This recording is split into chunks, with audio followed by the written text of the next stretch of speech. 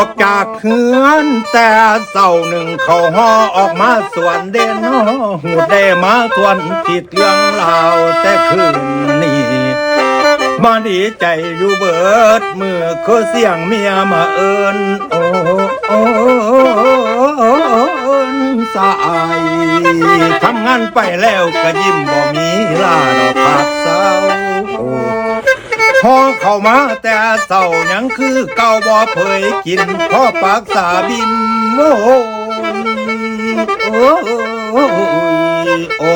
ยมันเซินสนอยู่ลีลายดังมาทางปลายไม้ชะนีนางโอดแอวสลีกานกแก้วมันเคียงคู่เข้าสู่โกนเจตพลลูกหน่อยสิให้แอววอนหาโอ้โอ้โอ้ยเพราะบ่มีเวลาสิเที่ยวหาคันของปอนย่านลูกชายนอนแหลงเฝ้าแย้งคืนกับตาโอ้โอ้โอ้ยย่างเศร้าหาเขียหมู่อยู่ริมหมวยหอมผา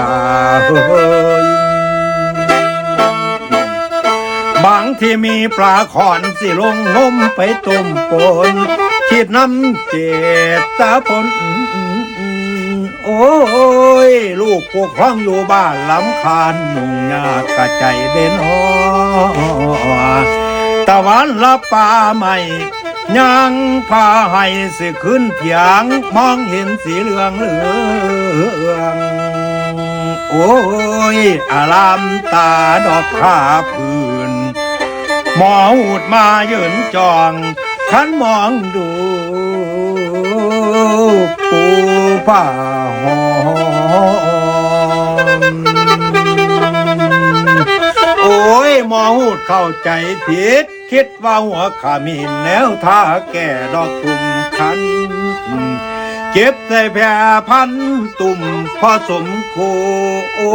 วรกับจากให้ละบ่สนใจ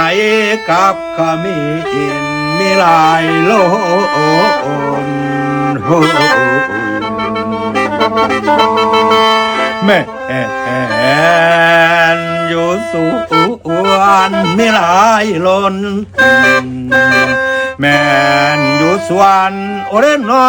โอ้